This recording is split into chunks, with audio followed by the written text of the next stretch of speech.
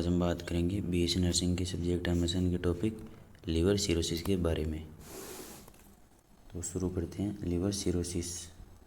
तो liver cirrhosis is the progressive irreversible replacement of healthy liver tissue with scar tissue.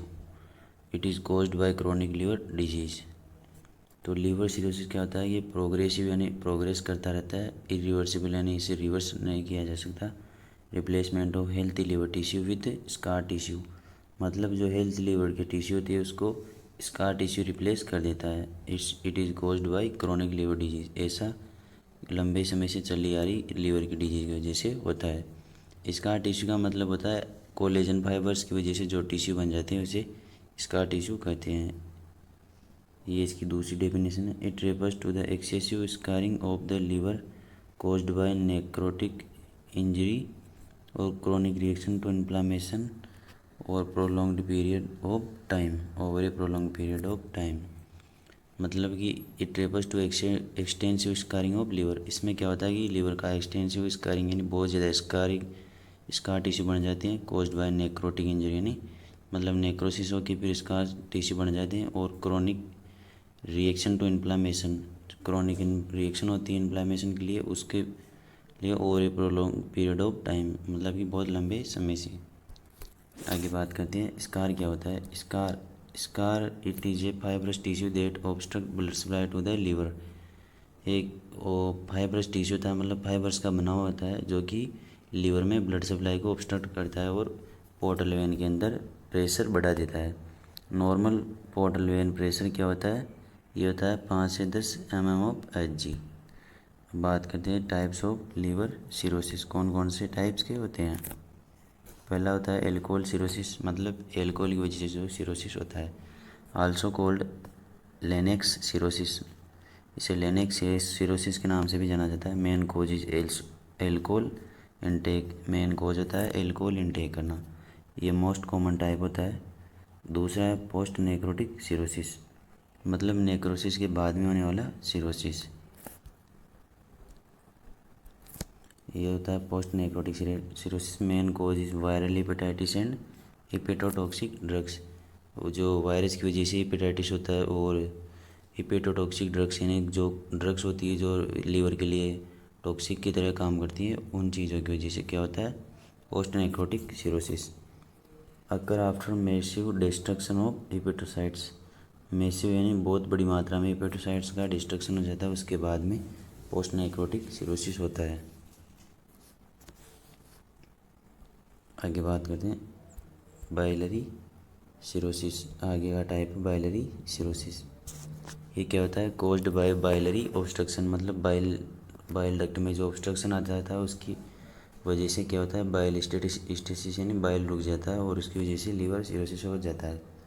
Occur because of autoimmune reaction, और ये क्यों होता है? Auto immune reaction होती है उसकी वजह से।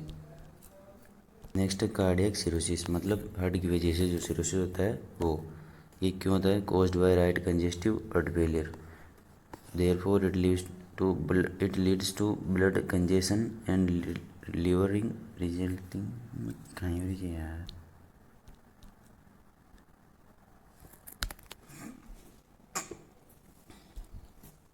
नेक्स्ट है cardiac cirrhosis, caused by right congestive heart failure. मतलब ये क्यों होता है? राइट कंजेस्टिव हार्ट फेलियर की वजह से, मतलब हार्ट की राइट साइड होती है जिसमें ब्लड वो रिसीव नहीं कर पाता, इसकी वजह से ब्लड लीवर में ही जमा हो जाता है और उसकी वजह से क्या होता है? Right congestive heart failure. और इससे क्या होता है? ब्लड कंजेशन इन लीवर, मतलब ब्लड लीवर में ही जमा हो जाता है, resulting in liver cell death, और इससे लीवर की सेल डेथ हो जाती है। इससे क्या हो जाता है? Cardiac cirrhosis. नेक्स्ट देखते हैं इसके कोजेज, मतलब इसके क्या क्या कोजेज या कारण हो सकते हैं। एल्कोहलिज्म सबसे मोस्ट कॉमन का कोज है इसका। दूसरा माल न्यूट्रिशन। तीसरा हेपेटाइटिस, मतलब लीवर की सेल में इन्फ्लामेशन हो जाना। हेपेटोटॉक्सिक ड्रग, मतलब वो ड्रग्स जो लीवर पर बैड इफेक्ट डालती है उसे हेपेटोटॉक्सिक ड्रग कहते हैं। वो कौन कौन सी? एनएसएड्स, टेमोक्सिफेन, मीथोट्रेक्सेट और लेप्टेलॉल। कंजेस्टिव हार्ट फेलियर भी इसका कारण हो सकता है। बाइलरी ऑब्स्ट्रक्शन हो सकता है और इम्यूनोलॉजिकल फैक्टर्स यानी कुछ इम्यूनोलॉजिकल फैक्टर्स भी इसका खोज हो सकते हैं। अब नेक्स्ट बात करते हैं इसकी पैथोफिजियोलॉजी के बारे में, मतलब ये कैसे प्रोग्रेस करता है, किसी इटियोलॉजिकल फैक्टर से लेकर कैसे डिजीज़ होती है, इस पर हम चर्चा करते हैं। Due to any aetiological factor such as excessive use of alcohol, कोई भी इटियोलॉजिकल फैक्टर जैसे कि एक्सेसिव यूज़ ऑफ एल्कोहल, ज़्यादा एल्कोहल यूज़ करने से, एल्कोहल यूज़ करता है कोई व्यक्ति तो उससे क्या होगा, impaired normal metabolism process of liver, मतलब उससे जो लीवर की मेटाबॉलिज्म प्रोसेस होती है नॉर्मल वो इम्पेयर्ड हो जाती है। इससे क्या होगा, accumulation of fat in the liver, मतलब इसमें क्या, इससे क्या होगा कि जो फैट होगी उसका डिपोजिशन या एक्यूमुलेशन हो जाएगा किसमें, लीवर में। तो क्या होगा, इससे complicated fatty changes take place in liver. अब इससे क्या होगा, फैटी चेंजेज है ना, फैट से रिलेटेड चेंजेस होंगे किसमें, लीवर के अंदर। Scar formation occur to the liver, और स्कार टिश्यू फॉर्मेशन होने लग जाएगा लीवर में। डीजनरेशन एंड डिस्ट्रक्शन आएगा यहाँ पे, degeneration and destruction of liver cells, और लीवर की सेल्स होती है वो डीजनरेशन और डिस्ट्रक्शन होने लग जाएगी। इससे क्या होगा, लीवर सिरोसिस।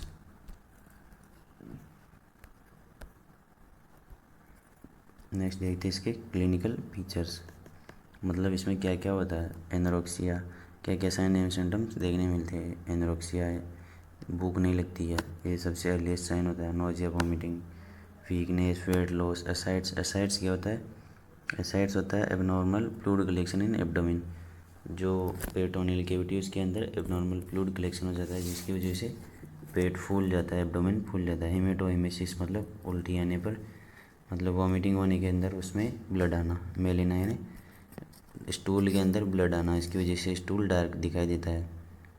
एब्डोमेन पेन यानी एब्डोमेन में पेन होना। डायरिया, एनीमिया यानी खून की कमी हो जाना। लिबिडो हो जाता है, मतलब लॉस ऑफ सेक्सुअल डिजायर होती है, इससे लिबिडो बोलते हैं। डायरिया हो जाता है, जॉन्डिस हो जाता है यानी पीलिया। कन्फ्यूजन रहता है, लेथार्जी रहता है। एमिनोरिया मतलब जो मेंस्ट्रुअल साइकिल होती है उसकी रिदम बिगड़ जाती है। साइनोसिस, ब्लड डिस्कलरेशन हो जाता है स्किन का। हाइपोकैलेमिया मतलब पोटेशियम का लेवल ब्लड में कम हो जाता है। नेक्स्ट देखते हैं कौन से सिम्टम्स होते हैं। इडिमा यानी सूजन। इम्पोर्टेंस यानी इनफर्टिलिटी होती है। गायनोकोमस्टिया यानी मेल्स के अंदर ब्रेस्ट टिश्यू का डेवलपमेंट हो जाना। हाइपरनेट्रेमिया यानी मतलब ब्लड में सोडियम बढ़ जाना। पल्मार रिदमिया हो जाता है। और स्पाइडर एंजियोमा होता है, जो स्पाइडर मकड़ी की तरह की रेसेस होती है स्किन के ऊपर। रेड और डार्क स्पॉट होते हैं स्किन के ऊपर। इसकी कॉम्प्लिकेशन देखते हैं, क्या क्या कॉम्प्लिकेशन हो सकती है, मतलब डिजीज़ किस में प्रोग्रेस कर सकती है और इसमें क्या क्या और चीज़ें देखने को मिलती है। पोर्टल हाइपरटेंशन, मतलब पोर्टल वेन होती है उसमें हाइपरटेंशन हो जाता है। एसाइड्स यानी एब्डोमेन में फ्लूइड, वो पेरिटोनियल कैविटी में फ्लूइड का कलेक्शन हो जाना। पेरिटोनाइटिस यानी पेरिटोनियम कैविटी में इन्फेक्शन हो सकता है, इन्फ्लामेशन हो सकता है। हेपेटोरेनल सिंड्रोम यानी लीवर की वजह से किडनी को भी डिजीज़ हो जाना, इसे ये होता है। इसमें ब्लड क्लोटिंग फैक्टर्स डिफेक्ट हो सकता है, क्योंकि ये ब्लड क्लोटिंग फैक्टर होते हैं वो लीवर में ही बनते हैं। हिपेटिक एनसेफेलोपैथी, हिपेटिक एनसेफेलोपैथी होता है मतलब हिपेटिक यानी लीवर की वजह से, एनसेफेलोपैथी यानी ब्रेन के अंदर लीवर की वजह से इन्फ्लामेशन हो जाना या फिर कोई भी और अदर डिजीज़ हो जाना। अब देखते हैं इसके डायग्नोस्टिक एवेल्यूएशन, मतलब इसका पता कैसे करते हैं। हिस्ट्री कलेक्ट करेंगे पेशेंट की, उसका फिजिकल एग्जामिनेशन करेंगे, सीबीसी करेंगे उसकी। सीबीसी यानी complete blood count. Liver biopsy करेंगे, लीवर का मतलब टिश्यू का टुकड़ा लेके फिर उसको लेबोरेटरी में एग्जामिन करते हैं। एलएफटी करते हैं, मतलब लीवर फंक्शन टेस्ट करते हैं। हाई एसजीओटी एसजीपीटी लेवल मिलता है इसमें। यूएसजी यानी सोनोग्राफी करते हैं और यूरिन का टेस्ट करते हैं। अब इसका ट्रीटमेंट देखते हैं क्या क्या होता है। रेस्ट होता है, डाइटरी मॉडिफिकेशन मतलब डाइट को मॉडिफाई करना, मोर कार्बोहाइड्रेट लेना, प्रोटीन और फैट को कम करना। ड्रग्स कौन कौन सी लेनी है, डायरेटिक्स लेनी है, क्यों, क्योंकि एडिमा को कम करने के लिए, जैसे प्रोसेमाइड। पोटेशियम स्प्रिंग डायरेटिक्स होती है, जैसे स्पाइरोलेक्टोन होती है।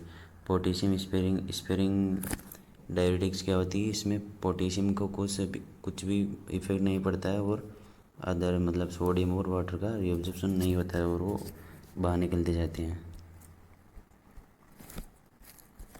Next to prevent oesophageal bleeding, मतलब इसोफेगस में इसकी वजह से ब्लीडिंग भी हो सकती है, उससे कैसे प्रिवेंट करना है। Apply pressure on bleeding side by Sengstaken Blakemore tube. Sengstaken Blakemore tube ये याद रखना, सेंगस्टेगन ब्लैकमोर ट्यूब इससे क्या करना है, जो इसोफेगस होती है उस पर प्रेशर देना, जिसकी प्रेशर अप्लाई करना जिसकी वजह से ब्लीडिंग नहीं होती है। इसोफेजियल बलून भी अप्लाई कर सकते हैं, गैस्ट्रिक एस्पायरेशन कर सकते हैं जिसकी वजह से प्रेशर कम हो जाता है, गैस्ट्रिक बलून भी अप्लाई कर सकते हैं। नेक्स्ट आता है टू ट्रीट पेरिटोनाइटिस, मतलब पेरिटोनियम में इन्फेक्शन होता है उसको ट्रीट करने के लिए क्या करते हैं, vigorous antibiotic therapy is needed, मतलब विगोरस यानी ज़ोरदार एंटीबायोटिक थेरेपी की आवश्यकता पड़ती है। एग्जाम्पल सेफोटेक्सिम और ऐसी बहुत सारी एंटीबायोटिक की नीड होती है। To relieve abdomen pressure, abdomen में प्रेशर रिलीव करने के लिए क्या करते हैं, एब्डोमिनल पैरासिंथेसिस, मतलब एब्डोमिन में जो जैसे समझाते हैं, ये एब्डोमिन की जो ये थी पेरिटोनियल कैविटी, इसमें फ्लूइड भर गया था, यहाँ पे फ्लूइड भर गया था यहाँ पे, तो इससे क्या करते हैं पैरासिंथेसिस में ये जो एब्डोमिन में नीडल इंसर्ट करके इस फ्लूइड को बाहर किसी कंटेनर में इकट्ठा कर लेते हैं, इसे क्या बोलते हैं, एब्डोमिन पैरासिंथेसिस। लीवर ट्रांसप्लांटेशन भी करना पड़ सकता है इसके अंदर। अब आते हैं इसके बात करते हैं इसके नर्सिंग मैनेजमेंट के बारे में। तो नर्सिंग मैनेजमेंट क्या क्या होते हैं, providing rest to the patient, patient should be provided adequate rest to reduce workload on the liver, liver पर वर्कलोड कम करने के लिए पेशेंट को एडिक्वेट रेस्ट के लिए भी कहा जा सकता है। Provide iron supplement to the patient, iron supplement provide करना है। मेंटेन न्यूट्रिशन मेंटेन रखना पेशेंट का। सेट वेट एब्डोमिन की गिरते हैं, एब्डोमिन की वो जो चौड़ाई लंबाई मोटाई, वो मोटाई मतलब उसकी चारों तरफ की वो या मेजर करना है। Of the patient daily measure करना है ताकि कोई इडीमा तो नहीं हो गया है वापस से, इसका पता चल सके। The diet provided to the patient should be high in carbohydrate and low in protein, protein में कम होनी चाहिए, फैट में भी कम होनी चाहिए और कार्बोहाइड्रेट उसमें ज़्यादा होना चाहिए। Diet should be deficient in sodium, sodium होता है उसके sodium and fluid. If ascites and abdomen oedema is present, fluid और सोडियम को अवॉइड करना है डाइट में, क्यों, क्योंकि इससे एसाइटिस और एडिमा होता है वो और भी प्रोग्रेस कर सकता है। प्रिवेंशन ऑफ इंजरी, अब प्रिवेंशन ऑफ इंजरी क्यों करते हैं, क्योंकि ब्लड क्लॉटिंग फैक्टर डिफेक्ट होता है। अब इंजरी हो गई तो फिर उससे ब्लड क्लॉटिंग होना मुश्किल हो जाएगा। एल्कोहलिक रीजन और कन्फ्यूजन की वजह से इंजरी हो सकती है। Nurse should regularly assess the level of consciousness of patient, regularly consciousness level को असेस करना। Keep the patient bed level low, side rails मतलब बेड को नीचे रखना है और जो साइड रेलिंग्स होती है बेड की उसको ऊपर करना है ताकि पेशेंट को इंजरी से बचाया जा सके। और medication route should be oral if possible because medication by IV और IM route increase the risk of bleeding, मतलब उसमें ब्लड क्लॉटिंग फैक्टर में डिफेक्ट होता है, उसकी वजह से ब्लीडिंग हो सकती है। तो वो वेन पंक्चर या फिर मसल पंक्चर करते हैं तब, तो उसमें उसकी वजह से क्या होगा, ब्लीडिंग हो सकती है। तो हमें ओरल रूट ही प्रीफर करना है। और इसमें क्या होगा आगे, रिलीविंग एडिमा, एडिमा को रिलीव करना, मतलब इसमें डाइट में क्या करना चाहिए, diet should contain minimum sodium, मतलब सोडियम कम होना चाहिए। और maintain intake output chart regularly maintain करना। Assess body weight and abdomen girth daily, body weight और एब्डोमेन को गिर्थ डेली असेस करनी। Provide diabetics to the patient, albumin transfusion if is done if to the patient, मतलब albumin का transfusion भी करना यदि आवश्यकता हो तो। प्रिपेयर पेशेंट फॉर एब्डोमिनल पैरासिंथेसिस, मतलब जो एब्डोमेन की पैरासिंथेसिस यानी वो जो फ्लूइड को निकालना था उसके लिए प्रिपेयर करो पेशेंट को यदि एसाइड्स हो तो। Thank you.